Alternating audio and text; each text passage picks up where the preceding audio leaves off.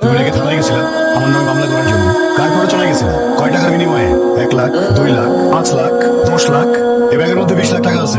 টাকাগুলো নিয়ে ভালো ভালো চলে যাও। আমি সেই দিন আমার মেয়ের ব্যাপারে নেই না, আমি মিথ্যা কথা বলতেছি। এখন যদি বলি এই কাজটা আমি করছি, কি করতে পারবা তুমি? তাও চুকতে পারবা। হ্যাঁ আমি করছি, তুই যা পারস করিস।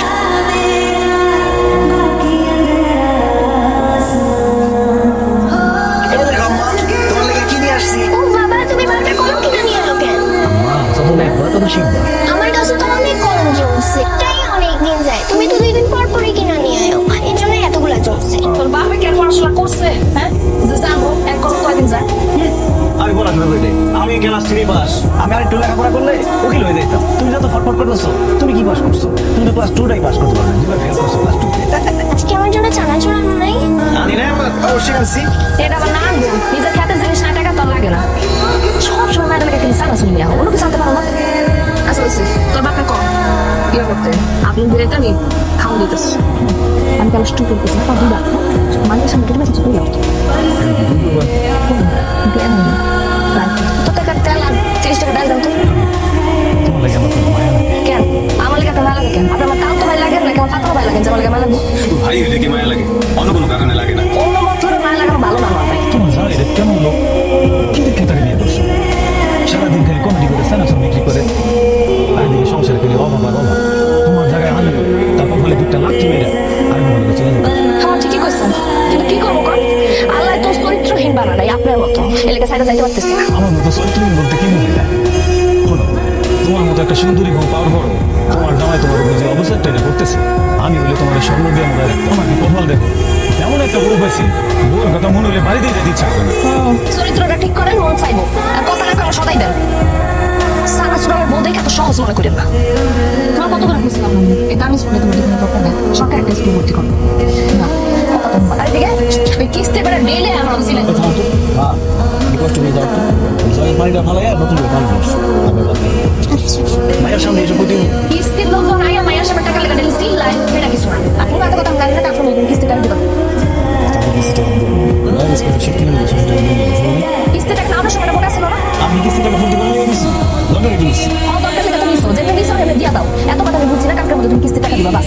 আমি তার কিস্তি করে দিতে পারি না। দিছো নাকি তুমি আমারে? কি দিতে পারছো? এই সংসার আমার পর থেকে দিছো নাকি আমারে? খালি অভাব আর অভাব। একবার আমার খাওয়াতে পারছো ঠিক মতো? একটা সুন্দর কাপড় কিনে দিতে পারছো? এই অভাব দেখতে দেখতে আমার ভালো লাগতেছে না। এত যখন অভাব দেখতেছো থাকো কেন, যাও না। কি করলা তুমি? তুমি কি মনে করছো আমার যাওয়ার জায়গা নাই না? আমি তোমার এই সংসার তোমার লাগতে পারে যখন তো যেতে পারি। এই অভাব সহ্য হয় না আমার আর। কি করবো এখন? নিজের মতো কষ্ট হোক সহ্য করতে পারি, মেয়েরা কষ্টটা সহ্য হইতেছে না। ভাইয়ের একবার ভালো মতো কিছুটা খাওয়াতে পারতেছি, অনেক কয়েক হয়েছে। মন খারাপ করে না, মাফ করে দাও। আমি চাই আমি বাড়ি না আমরা শিক্ষা করতে দেয় নাই জন্য আমার অনেক ইচ্ছা আছে আমি লেখাপড়া করে বড় কিছু হই, কিন্তু আমার একটা আমি সেটা পারি নাই। আমার ভাইয়ের মাইনে নিতে পারবো সব বৃষ্টির মধ্যে কত কষ্ট হয় কাপ আমরা একটা সুখ আমার মেয়ের মনে ছিল।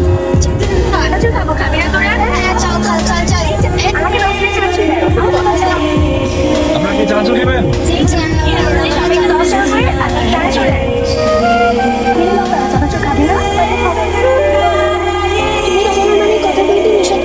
আমি চাই না তোমাদের স্কুলের সঙ্গে তোমার বাবা যে এখন বলবো না যখন বড় হবে তখন বলবো দাবি করবো।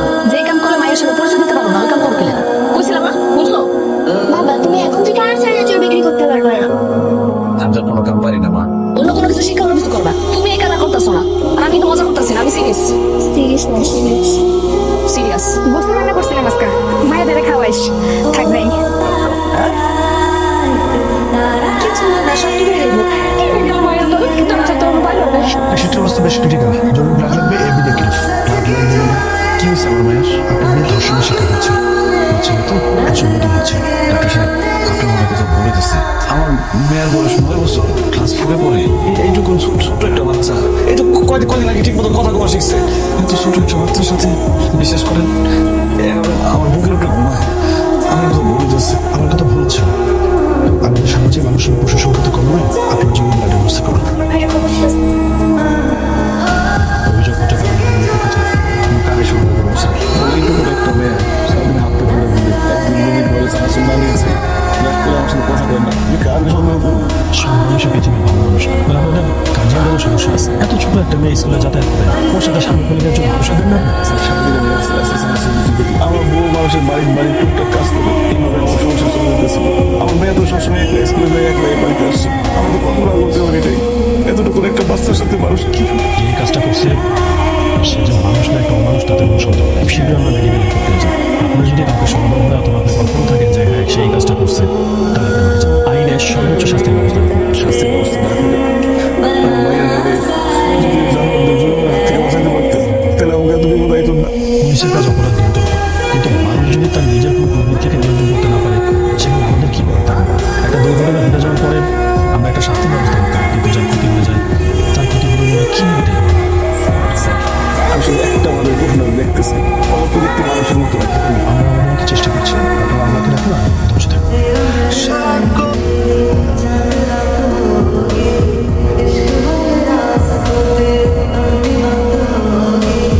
এত কপি রেখেছে আর কিছু দেখেন?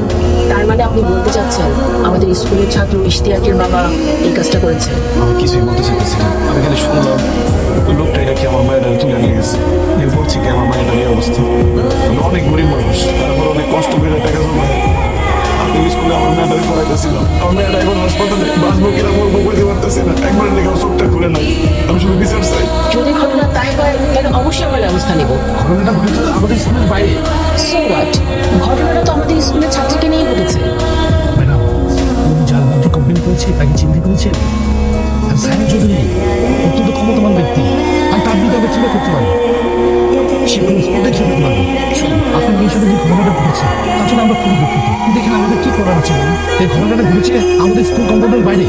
আপনার মেয়ের চিকিৎসার জন্য আমরা স্কুল থেকে কিছু টাকার ব্যবস্থা করলাম। সে টাকা দিয়ে আপনার মেয়ের চিকিৎসার ব্যবস্থা করলেন, বাকি আরো টাকা দিব আমরা। শুনেছি আপনি চানাচুর বিক্রি করে আপনার মেয়েকে আমাদের স্কুল করাচ্ছেন। এখন যদি বাড়তি কিছু টাকা পান, সেই টাকা দিয়ে এটা নতুন ব্যবসা শুরু করবেন, হবে না? আপনার মেয়েও যে স্কুলে পড়ে, তাই না? আপনার মেয়ের সাথে যদি এরকম ঘটনা ঘটতো, আপনি কি পারতেন মেয়ের ধর্ষণের টাকা দিয়ে ব্যবসা করতে? আমি টাকা নিতে আসি নাই, আমরা শুধু আপনারা সহযোগিতা করেন। আমি এটা রিসার্চ চাই। এর বেশি আমরা কি করতে পারি? আপনি পুলিশ কিনে দেন, আমাদের কোনো সহযোগিতা লাগবে আমরা তাও করবো। আপনাদের সহযোগিতা আমার লাগবে না।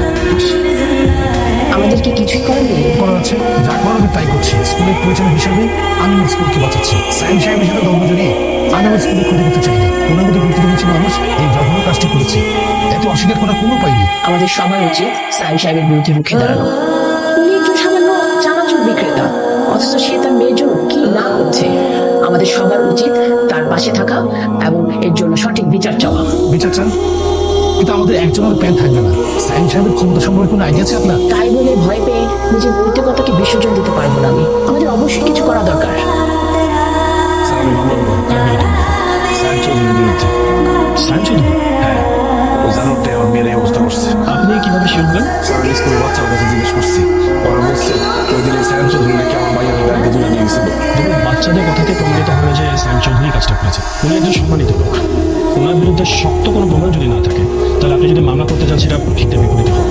লাগবে না আপনার মামলা, বুঝছি। আপনারা কিছুই করতে পারবেন না। তুমি কি মায়ের সামনে একটা মুসলিম তোমার মায়ের দেখাস? আমি তো মায়ের দিকে তাকাতে পারতেছি না।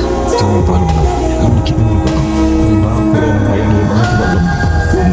মায়ের সামনে ওই সময় তুমি কই আসছিলে? আমি কি উত্তর দেবো আমার মায়ের নামে? আমি সায়েন্স চৌধুরী বলছি। তুমি নাকি থানায় গেছিলাম আমার নামে মামলা করার জন্য। কার প্ররোচনায় গেছিলাম? কয় টাকার বিনিময়ে? 1 লাখ, 2 লাখ, 5 লাখ, 10 লাখ, এ ব্যাগের মধ্যে 20 লাখ টাকা আছে।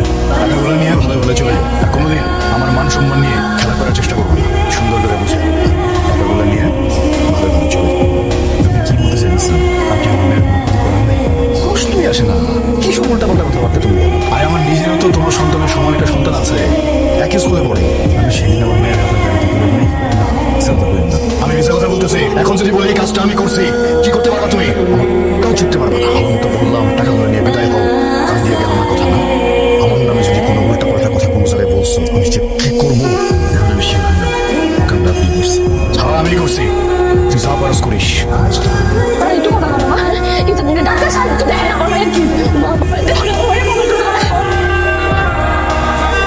তুমি এখানে কেন বসছো? আমার মায়ের মরে গেছে, আমার মায়ের জানাই। হাসি কেন নিয়ে এসছো? আমার মায়ের বয়স 9 বছর। ওর নাম রদা। পরে আমি পরি হইতাম, আম্মা হইতাম, কত নাম ডাকতাম। সেদিন ঘরে ফিরতে বেশি রাইত হইতো, আমার মায়েরটা ঘুমাই যেত। আমার ডাক শুই না আবার উঠে যাইতো। কিন্তু দেখেন আমি কতবার করে ডাকতেছি ডাকতেছে, ও তোর নামে ডাকতেছে, কিন্তু আমার মায়েরটা উঠে না। আমার মায়ের জীবনে কোনোদিন টোকা দেয় না, এটা ধরে ও দেখে সবসময় হাসি খুশি থাকতো। আমার ওই সংসারে কোনো কিছু আমদান করতো না, যা দিতাম খুশি করে দিত। 4 দিন আগে আমার কয় কি আব্বা আমি বার্গার খাবো, কিন্তু আমার কাছে টাকা ছিল না, আমার মায়ের আমি বার্গার কিনে দিতে পারি নাই। তারপর দিন আমি ঠিকই বার্গার কিনেছি, কিন্তু আমার মায়ের দিতে পারি নাই, কারণ আমার মায়ের হাসপাতালে কাটটাইতেছিল। সামনে গিয়ে কইতে পারি না যে আম্মা আমি বার্গার কিনছি তোমার জন্য। হাসপাতালে লজ্জায় ভয়ে সারাক্ষণ থাকতাম। কোন সময় আমার মায়ের সব করবো আর আমার আব্বা আমার কি হয়েছে, আমি হাসপাতালে কেন? আমার সবসময় করতে আম্মা আমি তোমার বুকে ঘুমাতো, স্যার আমি ঘুমাইতে পারি না, এটা কেমনে ঘুমাইতেছে।